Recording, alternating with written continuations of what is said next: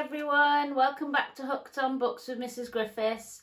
Today I am going to read the final chapter of the Iron Man.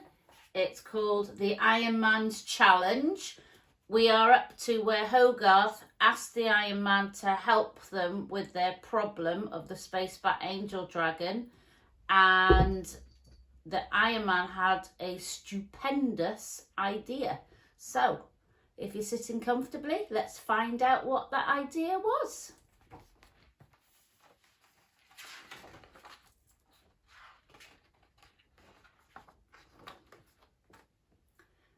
There was no time to be wasted. The Iron Man allowed himself to be taken to pieces, arms, legs, body, head, all separate, so each part could be flown out to Australia on a different airliner. He was too big to be flown out in one piece. At the same time, a ship sailed from China loaded with great iron girders, and another ship sailed from Japan loaded with fuel oil. The Iron Man had ordered these. The girders and the oil and a team of engineers were unloaded on the beach of northern Australia near the Space Bat Angel Dragon's neck. Then the Iron Man's parts were landed at the same spot and the engineers fitted him together.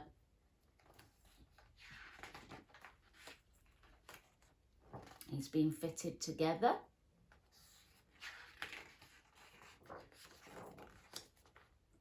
He stood up on the beach and shouted his challenge. "Sit up!" he roared. "Sit up and take notice, you great space lizard!" The Space Bat Angel Dragon sat up slowly. He had never noticed the fussing of the boats and aeroplanes down there on the beach near his neck. Now he gazed in surprise at the Iron Man, who seemed very tiny to him, though his voice was big enough.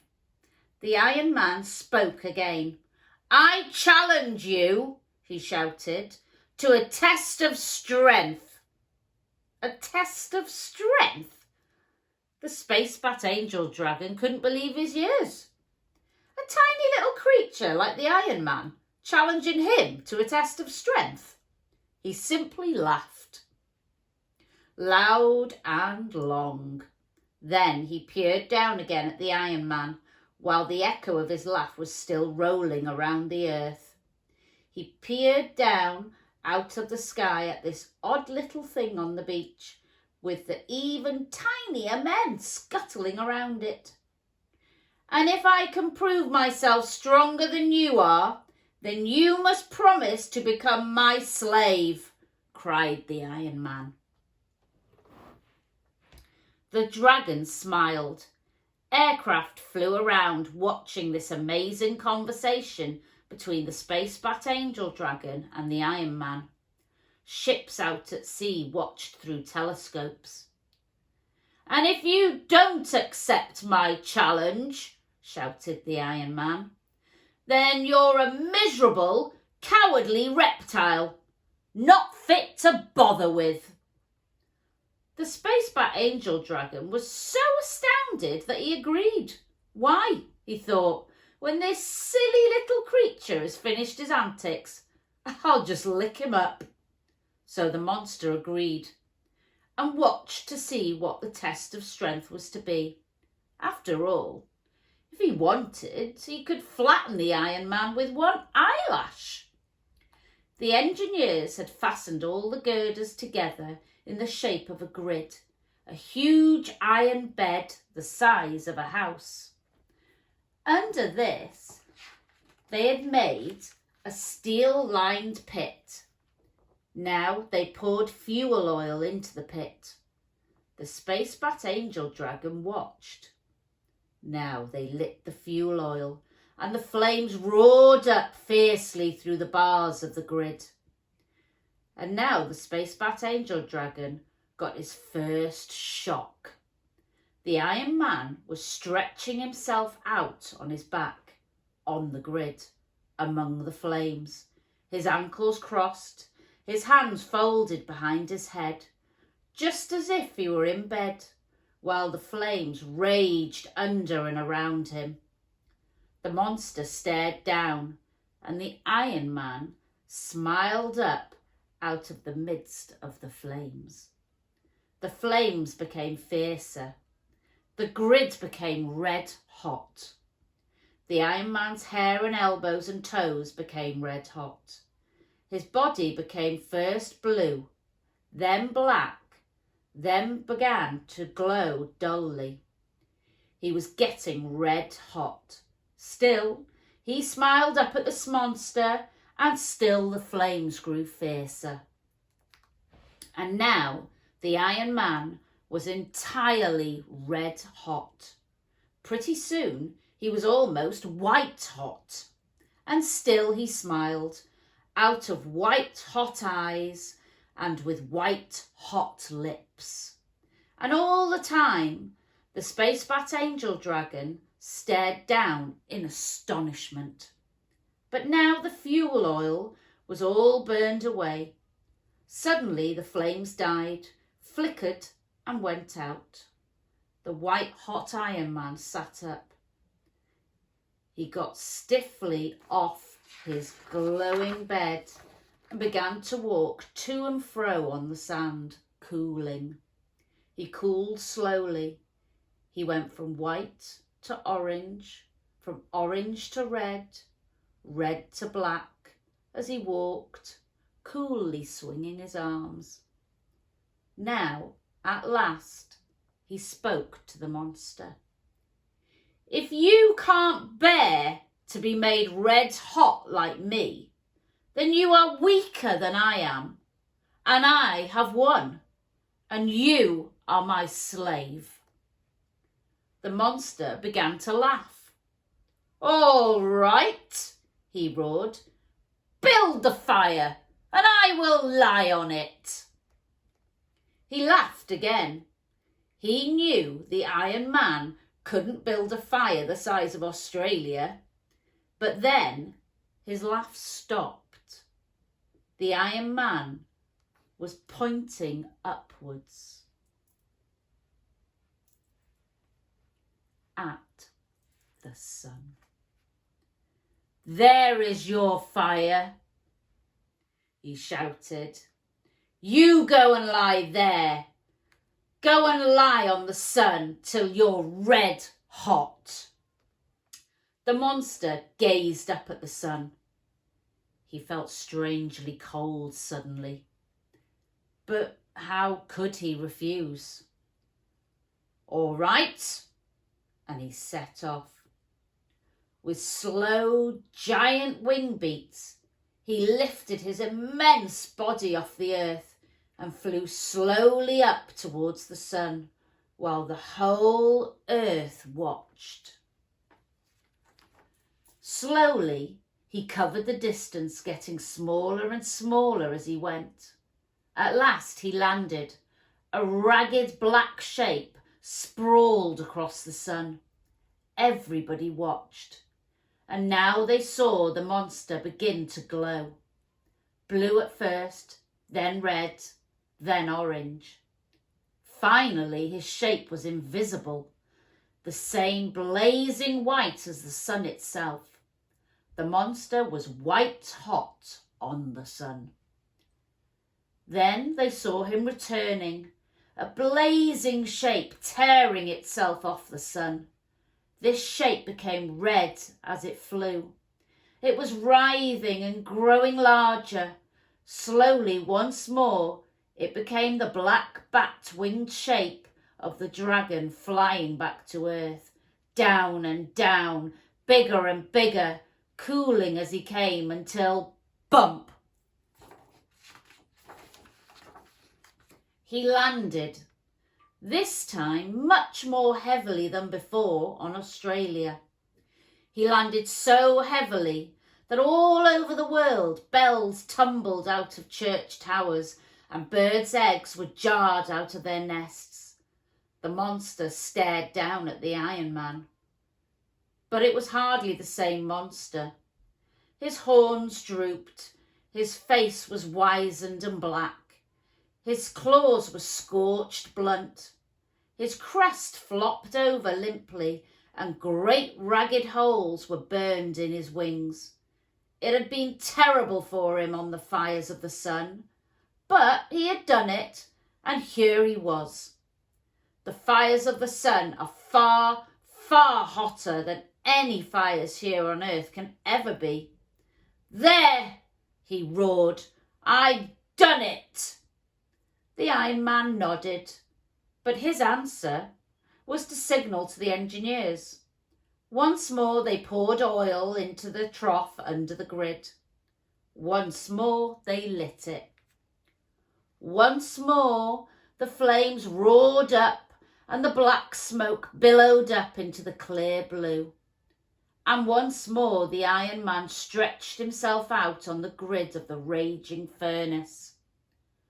The Space Bat Angel Dragon watched in horror.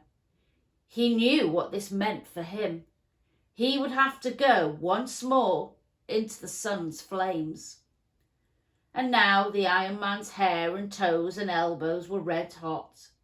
He lay back in the flames, smiling up at the dragon, and his whole body was becoming red hot, then orange, and finally white, like the blazing wire inside an electric bulb. At this point, the Iron Man was terribly afraid. For what would happen if the flames went on getting fiercer and fiercer? He would melt. He would melt and drip into the flames like so much treacle, and that would be the end of him.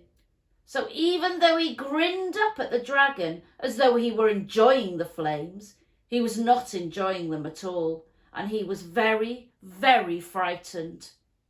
Even the engineers, who were hiding behind thick asbestos screens over a mile away along the beach, felt the hair singeing on their heads, and they too thought it was the end of the Iron Man. Perhaps they'd poured in just a bit too much fuel oil. But at that very moment, and the very second that the edge of the Iron Man's ear started to melt, the fuel was used up and the flames died. The engineers came running down the beach. They saw the red-hot Iron Man getting off his fearful bed, and they saw him moving to and fro on the sand, cooling off. At last, the Iron Man looked up at the dragon. He could hardly speak after his ordeal in the flames. Instead, he simply pointed towards the sun and jabbed his finger towards the sun as he gazed up at the monster. "That's twice," he managed to say. "Now it's your turn." The monster did not laugh. He set off, up from the earth, beating his colossal wings, writhing his long, ponderous body up into the sky towards the sun. Now it was his turn, and he did not laugh. Last time had been too dreadful, but he went. He couldn't let the Iron Man win. He couldn't let the Iron Man of the earth beat him in this terrible contest. And so all the telescopes and cameras of the world watched him flying into the sun. They saw him land among the flames as before. As before, they saw his great ragged shape like an ink blot sprawled all over the centre of the sun. They saw him begin to glow red, then orange, and at last they could no longer see him. He and the sun were one blinding whiteness. He had done it again, but the sun burning him up. Had he melted in the sun? Where was he? No, here he was. Here he came, slowly, slowly, down through space. Much more slowly than before. His white-hot flying body cooled slowly to red as he came, and as he grew larger, coming nearer, he finally became once more black, and the great black shape flagged its way down through space until, bump! Heavier than ever, he landed on Australia. This time the bump was so heavy It knocked down certain skyscrapers, sent tidal waves sweeping into harbours, and threw herds of cows up onto their backs.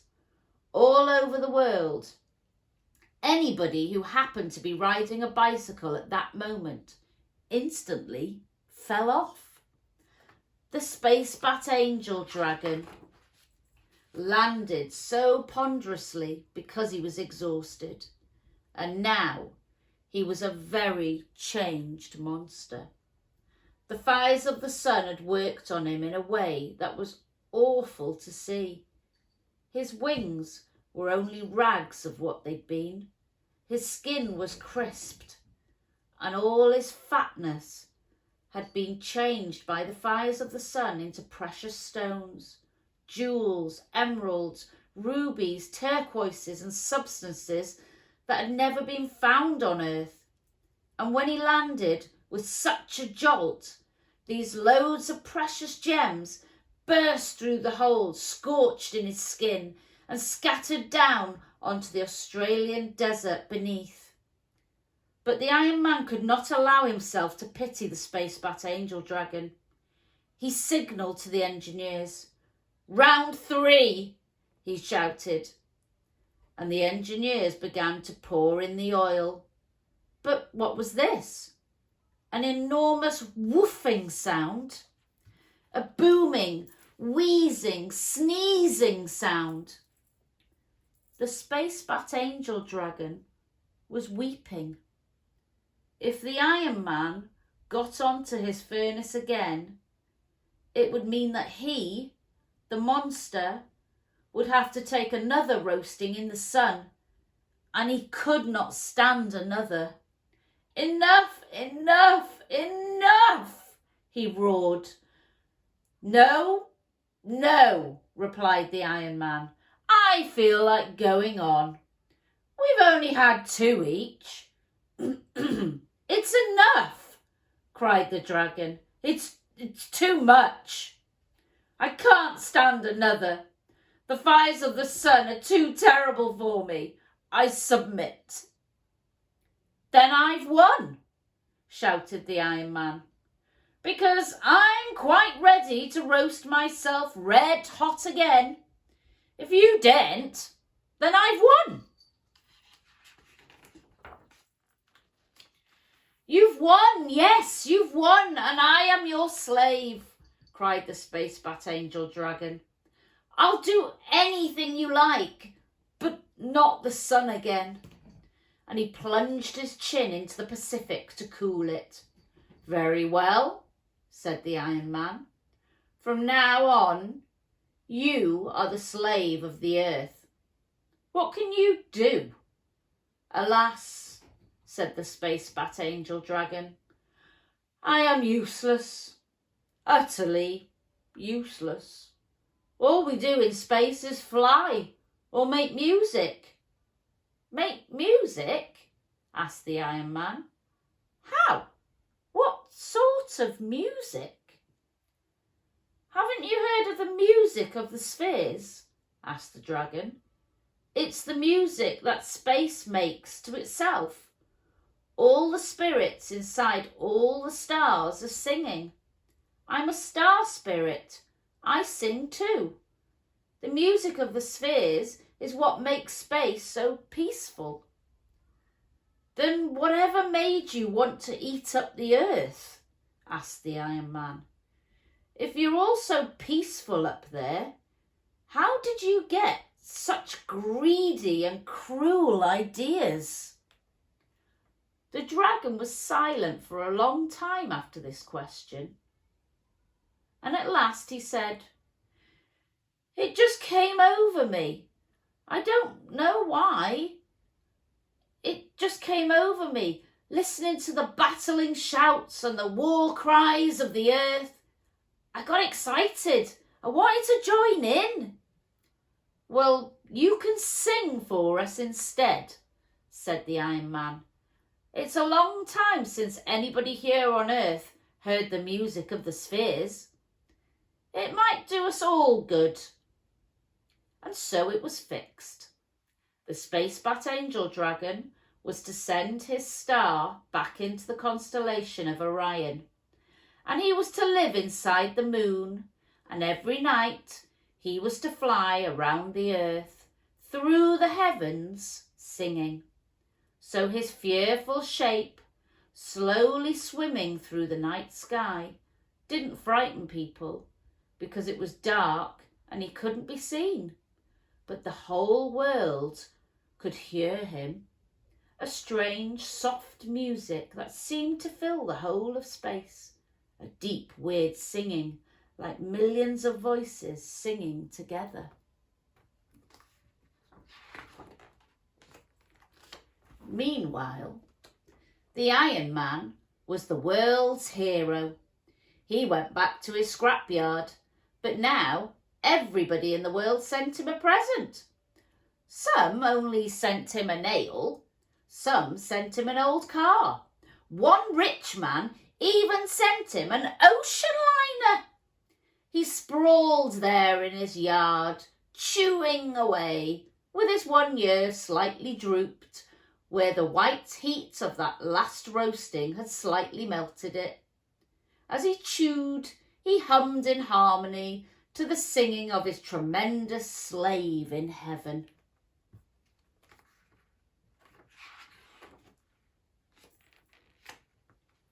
And the Space Bat Angel's singing had the most unexpected effect. Suddenly, the world became wonderfully peaceful.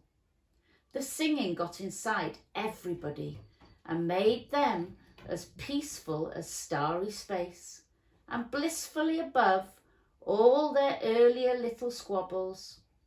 The strange, soft, eerie space music began to alter all the people of the world. They stopped making weapons. The countries began to think how they could live pleasantly alongside each other, rather than how to get rid of each other. All they wanted to do was to have peace, to enjoy this strange, wild, blissful music from the giant singer in space. And that is the end of the Iron Man. Thank you for listening. I really hope you enjoyed the story. If you have a favourite story that you would like me to read, please leave me a comment and I'll see if I can find it and read it. Okay, take care. See you soon. Make sure you keep reading.